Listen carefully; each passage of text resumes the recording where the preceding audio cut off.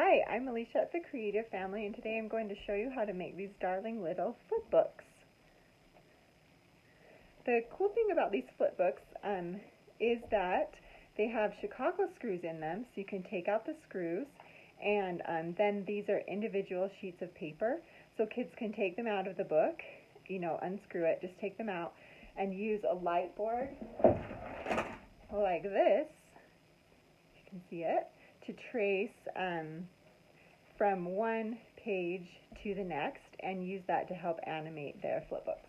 So my kids are really into it these days, and I'll just show you one of their flip books, which is really fun. It's called The Dot by Clara Moulton. So I'm not very good at flipping these, but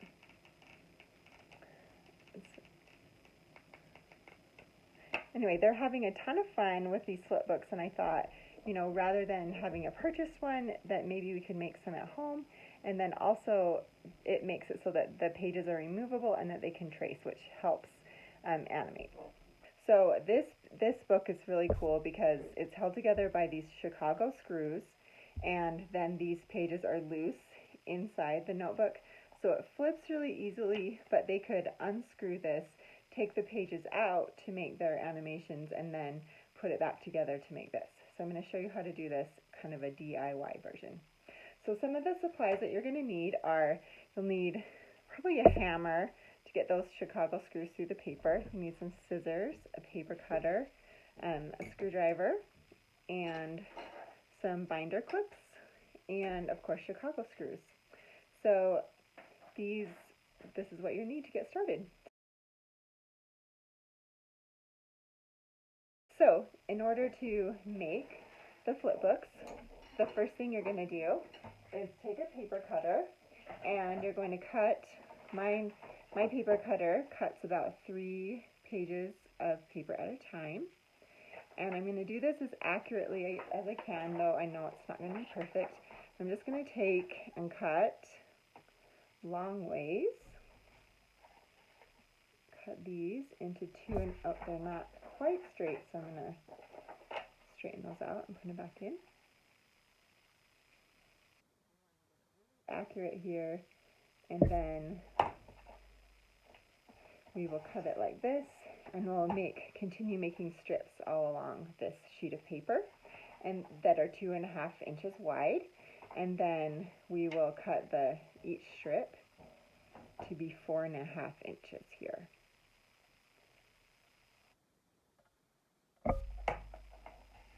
Like so. And then when I'm cutting the other one, I flip this around and then cut it this way, and then discard this piece. And these two, I like to put both of the industrial cut edges next to each other, and then I'll continue making a stack of these papers. Once I have a stack like this, I'll take them and over to the drill, and I will clamp the stack of papers. These are already drilled, but I'll show you how to drill them too. And then I want to make it so that they're really flippable, so I'll tap them on this and this way, and then clamp them tightly near the top.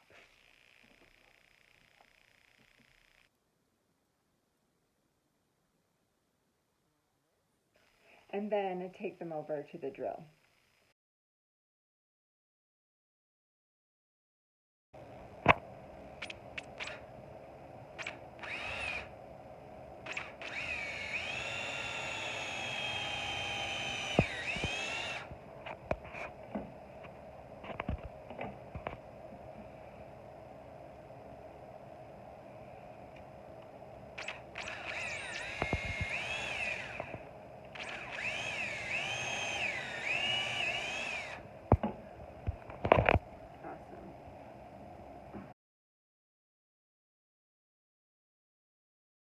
Okay, once we come back to this step, we want to get a piece of craft paper. I like to use cardstock because it makes a heavy cover for it, and you want a piece that's cut to 2.5 inches wide. So I've got a couple going. This one is pink with gold dots, and then we have this yellow polka dot one. And so the next step will be to clamp the scrapbook paper inside of this. So the sky's the limit. You can make any design paper here, obviously. Okay, then you're going to take and clamp it together so that it's really nice and lined up on this edge and this edge, because those will be your flipping edges. Then you're going to turn it over and draw some dots in here. And then use a paper hole punch to punch holes about where the dots are.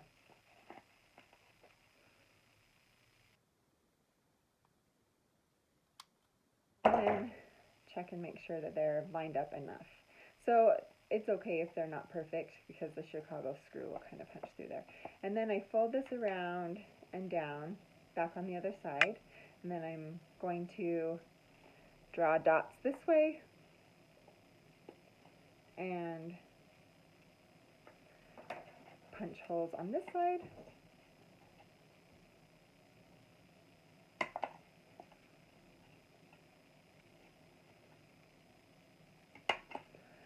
This two-sided scrapbook paper is really fun. Okay, so this time I didn't do a good job on that one. I'm going to repunch it a little higher. But it's okay because the Chicago screw kind of covers that and it won't look bad.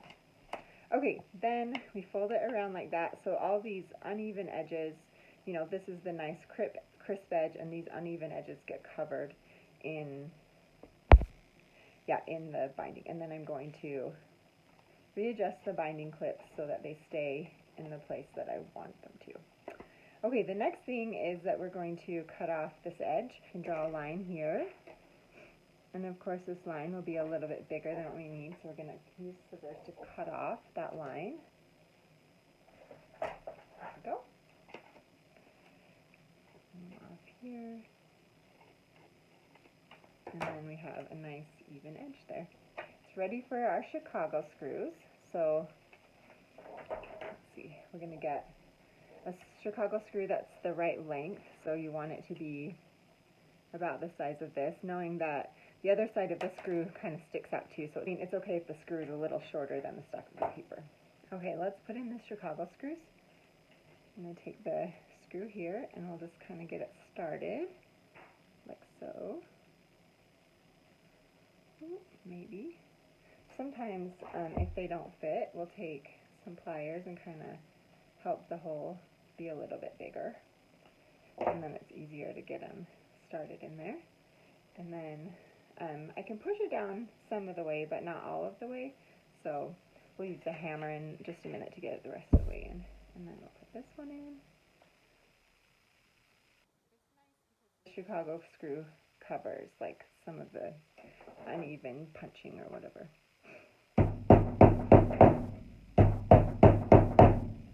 Okay, so those are both in, and now we'll flip it over, and we have some slack over here that will prevent it from coming through. So I'm going to pull these out for a second, maybe.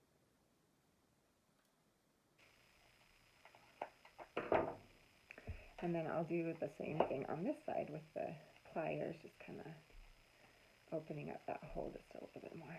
Okay, back to the first side, putting the Chicago screw in.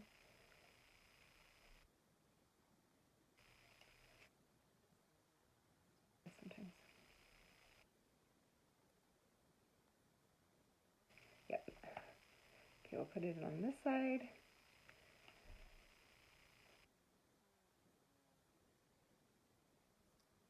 Went in all the way, but this one needs hammer again.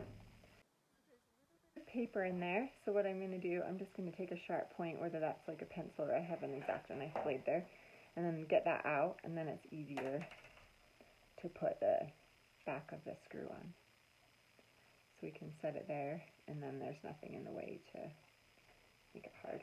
These screws are kind of fussy, like if there's something in the way, or if they're not like perfectly flat or parallel, then they don't screw down correctly, so sometimes it's kind of, you got to try a couple times to get the screw. Tighten that up. We got these in nice and tight. on this side, and then here is the front, and our flip book is ready for our young artists to work on it. So, if you are going to make a flip book at home, I'd love to see your videos of what illustrations you put inside them. Okay, thanks for watching.